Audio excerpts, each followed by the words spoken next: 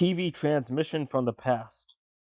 Tracy and his wife, Nada, were a typical young married couple with a dream, the dream to own their own home someday. But someday never seemed to come, for no matter how hard they worked, no matter how much they tried to save, they just could not seem to get together the $2,000 they needed for the down payment on their dream house and for the furniture and appliances required to furnish it. About all they had was a handful of meager possessions: a bedroom set, a second-hand kitchen set, and a hand-me-down television set which they inherited from an aunt and which always seemed to be in need of costly repairs. At 24 years of age, the young married couple had everything to be thankful for, despite an accident which had left Tracy partially handicapped and in need of expensive therapy treatments. However, his future with the insurance company was promising, and Nita's part-time typist job enabled them to earn enough collectively to make ends meet. But there wasn't enough left over for the house down payment fund. May 5th, 1960 was one of those days when everything seemed to go wrong. Tracy learned that he would have to undergo an operation. As a result, would be away from work for weeks without full salary, and Nita learned she was expecting. It was this little bit of news that elevated their spirits, however, and they were so excited that when bedtime came around, they couldn't sleep. They sat up in the living room with Nita snuggled against Tracy in their big lounge chair, watching the Late Show. Just as the Western they had been watching was getting interesting, a thunderstorm had been threatening all evening suddenly unleashed its fury. They had both frowned at the TV set, annoyed because the power had failed at so crucial a time.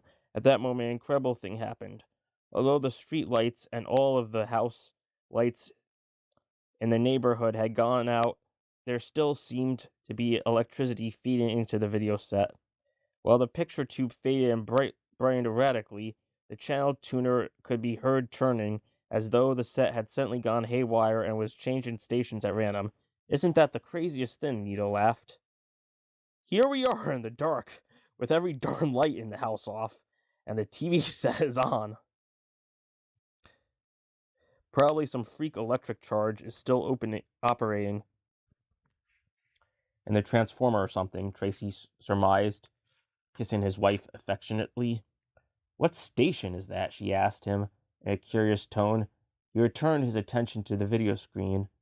A drama seemed to be unfolding. 3 soldiers in Civil War uniforms were chasing a man along the banks of a river, firing their ancient rifles in a desperate attempt to stop him.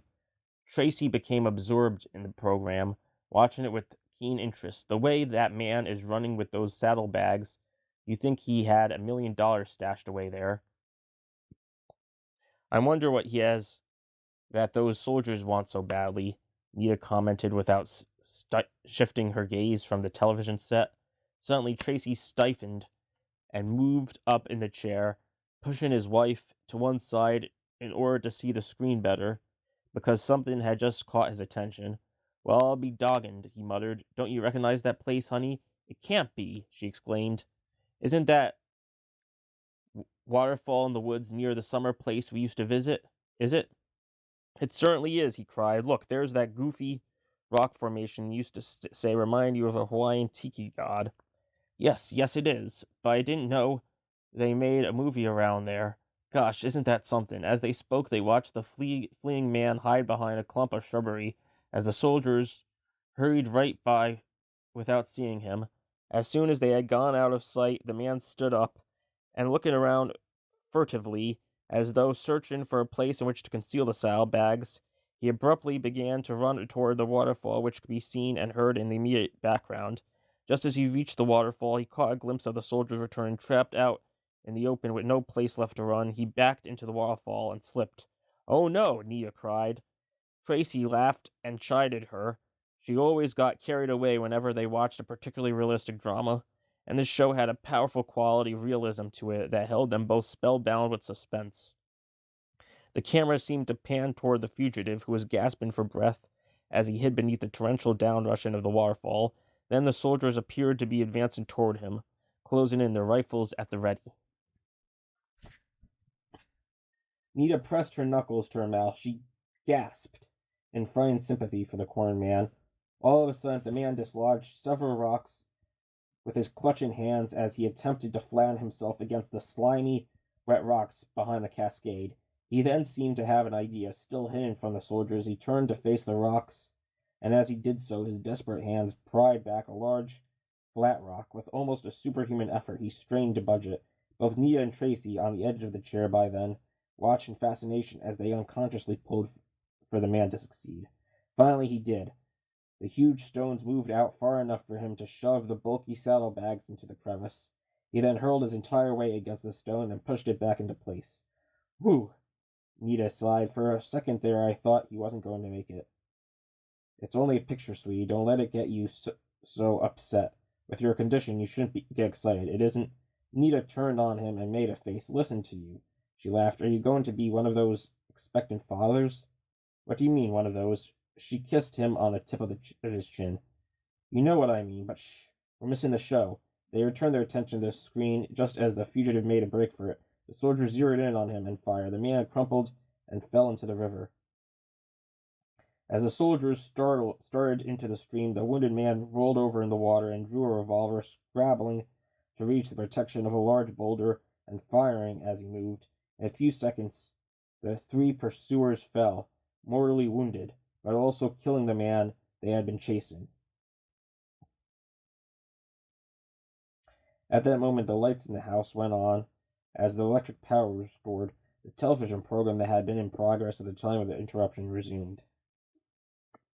Nita and Tracy looked at each other in amazement, with disappointment on their faces. Just when I was getting interested, they had to go and start playing this old western again, he said in annoyance. Nita laughed. Why don't you call the station and complain? Maybe they'll start playing the other movie again. Tracy laughed. Are you daring me to do that? Yes, she said, kissing him. I dare you. Tracy got up, crossed the room to the phone, and called the television broadcasting station. 2 minutes later, he hung up, gaping at his wife as though he couldn't believe what he had just heard. They said they had been off the air until a minute ago, that they were also without power, and that they had not been broadcasting anything at all, let alone what I said we saw. You mean to tell me that we didn't just see a movie on the television? If not, please tell me what it was that we were watching. Neither Nita or Tracy could realize that what they had been just witnessed was of no plausible known origin. Moreover, as they talked about it into the wee hours, they gradually began to realize that something was uncanny about the whole thing. The next morning, Tracy called the television repair shop where they had so frequently had their set serviced and told the repairman what they had seen.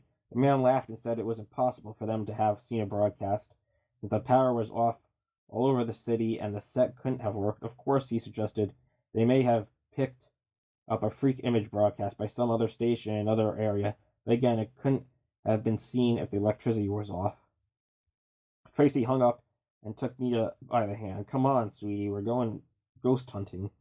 Are you daffy? She asked. You think we actually saw some kind of a...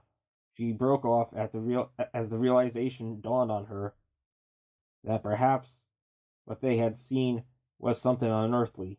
Yes, she finally answered her own question. You do think that? Okay, I'm game. Let's go. An hour and a half later, the young couple, barefoot, were standing at the edge of the familiar waterfall. You're not thinking of actually going in there, too? He nodded determinedly. A moment later, he took a deep breath and stepped into the waterfall. Nita watched apprehensively, barely able to see him as he felt along the rocks and located the big one which the man in the picture had moved.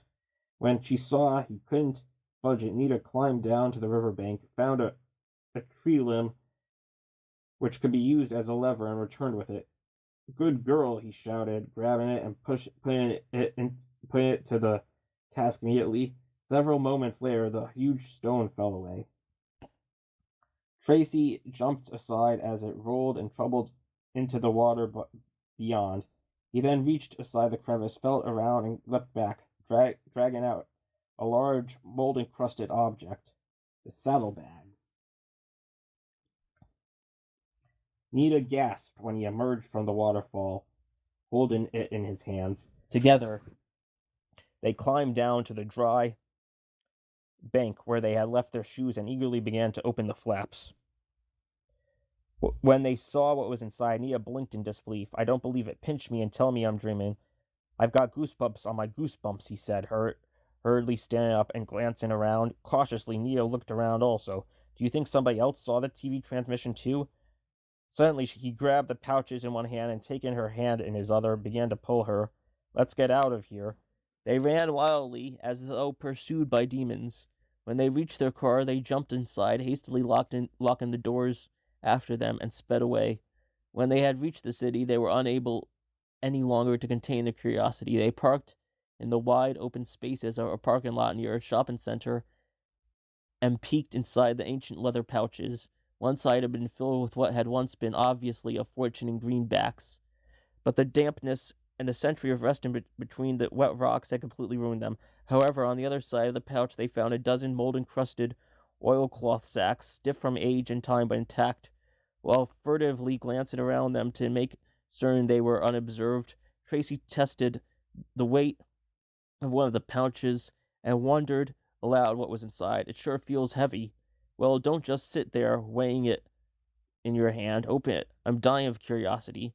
His trembling fingers fumbled with the wrapping. Finally, he managed to get it open. They both gasped in excitement. "Gold!" Tracy whispered. "It's real, genuine gold coins, Nita. Can you beat that? Must be a fortune here. There's no telling what price these will bring at the coin dealers. And look, they're all pre-Civil War dates. We struck it rich, Nita. We struck it rich."